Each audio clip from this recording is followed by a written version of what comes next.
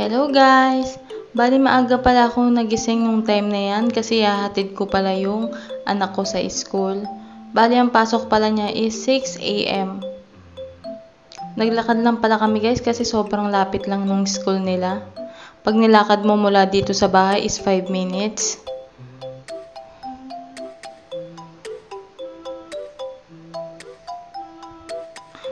Malapit din pala kami sa lahat, malapit kami sa palengke, malapit kami sa simbahan, malapit kami sa 7-Eleven, sa mga may milk tea shop, malapit talaga kami. Kaya sobrang laking tulong din na dito kami nakatira.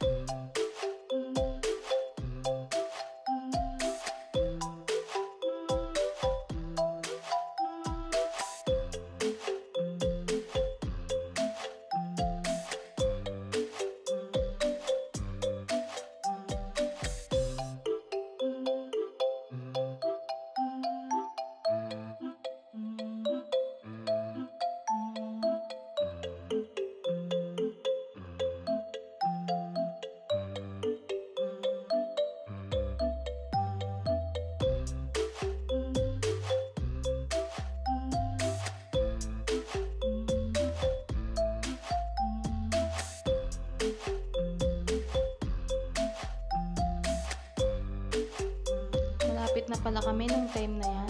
Bali diyan pala sila nag-school ng dalawa kong anak. Diyan silang dalawa ng kuya niya. Yung panganay ko is grade 4 at siya naman is grade 2. Sobrang bilis lang ng panahon. Dati kalong-kalong ko lang sila. Ngayon nag-aaral na.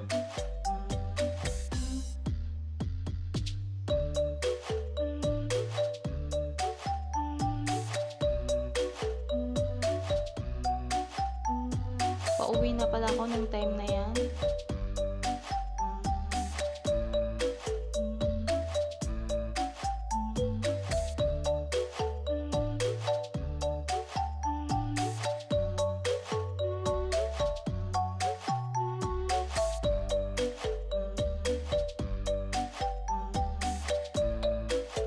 Malapit din pala kami sa May Dali, yung grocery po.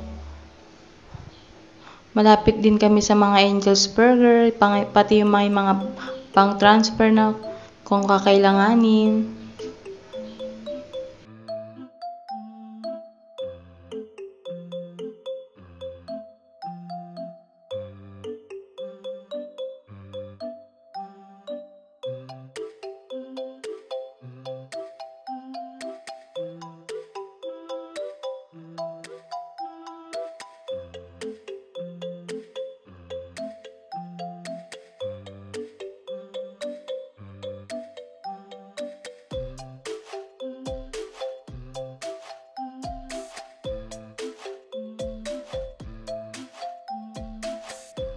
Malapit na rin pala ako sa bahay niyan, guys.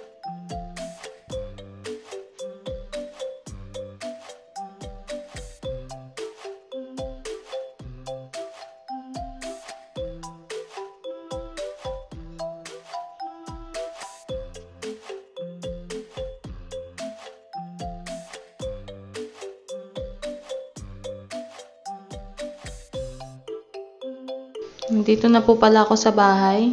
Kaya sinumulan ko na rin pala magsaing. Kaya pala ako maaga nagising guys kasi may lakad kasi ako, importante. Kaya inuna kong magsaing para kung sakaling tanghaliin man ang pag-uwi ko, may makakain na sila.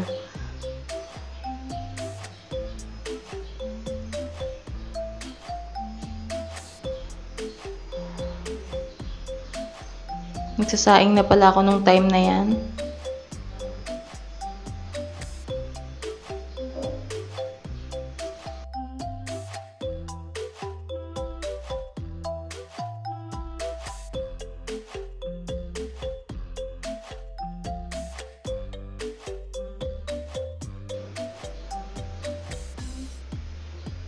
Sinabit ko muna pala yung cellphone ko kung saan ako ginawa ng asawa ko ng lagayan ng cellphone para daw hindi ako mahirapan pag nagbibideo ako. Sinumulan ko na parihugasan yung manok dahil magsisinampalukang manok pala ako. Nag-request kasi yung panganay kong anak, favorite kasi niya yun, lalo na pag maasim. Bali, konti lang pala yung binili kong manok guys, kasi konti lang naman kaming kakain. Baka kasi masayang pag hindi naubos, may kamatis pa naman, baka mapanis lang. Inumpisahan ko na rin palang hiwain yung kamatis at sibuyas dyan. Inaantay ko na lang palang maluto yung sinaing para isusunod ko na pala yung ulam.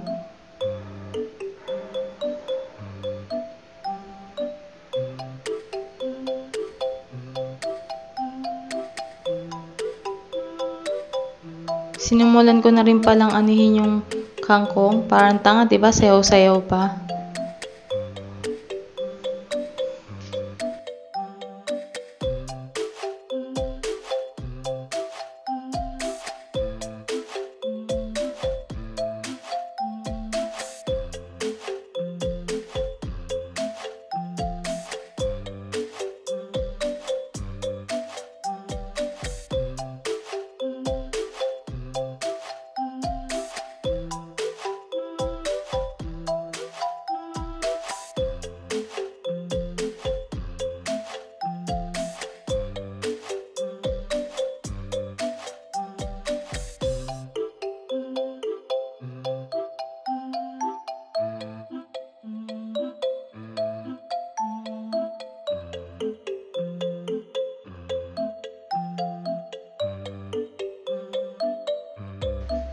Nung time na yan, umalis muna ako saglit kasi yung aso ko umihi kasi at inayos ko muna. Inumpisahan ko na pala ulit ng kangkong, pitas-pitas. Natatawa pala ako dun sa bunso kong anak kasi pinapanood niya lagi yung video ko sa YouTube, tapos sinasabi niya bakit daw siya hindi kasama, kaya sinabi ko, oh sige, hi ka dyan sa vlog ko. Kaya hi siya ng hi dyan. Sabi niya makikita na daw niya yung mukha niya sa video.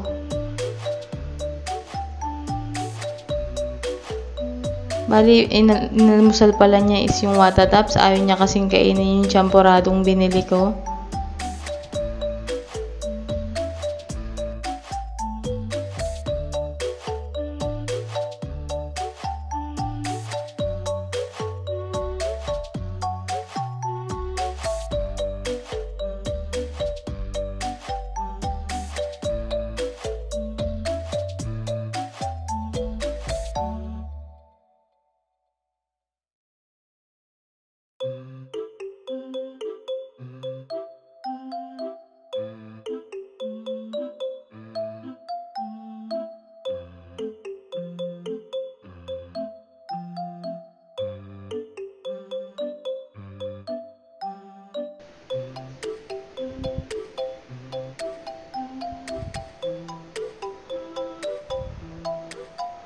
Bali, okay na pala yung sinaing na yan, guys.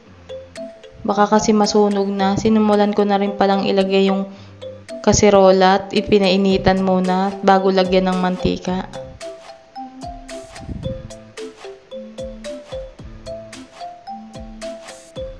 Hinati-hati ko pala yung manok kasi sobrang laki ng pagkakahati sa palengke. Ngayon mainit na, nilagay ko na pala yung mantika.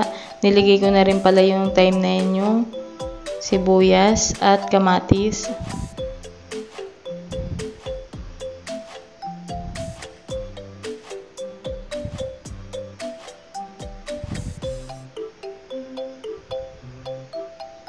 Bali, ginisa ko na lang muna pala sila at dinurog-durog yung kamatis.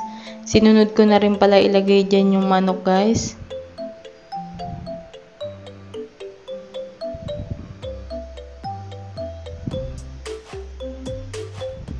Bali yan lang, guys, inalo-halo ko lang.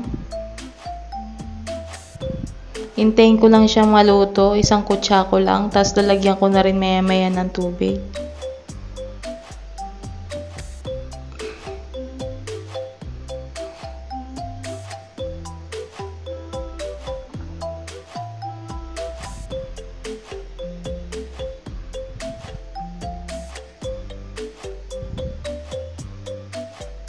Mahilig kasi sa sabaw yung anak ko kaya medyo dinamihan ko yung sabaw. Pero tama naman po yung timpla niya.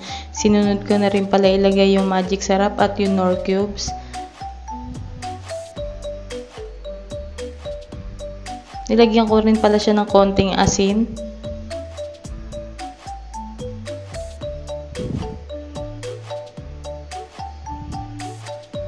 Sinumulan ko na pala hugasan yung ano dyan, yung pinaggamitan ko. Nilagay ko na rin pala yung sa pampaasim niya. At isusunod ko na rin pala yung kangkong dyan. Yan, kumukulo na siya.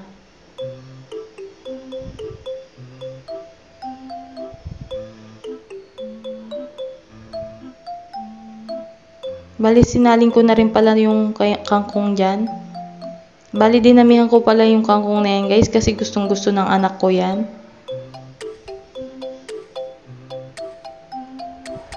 Hihintayin na lang pala yan maluto. Hanggat inaantay ko yung kumulo yung niluluto ko, sinumulan ko na rin palang hugasan yung mga pinaggamitan ko.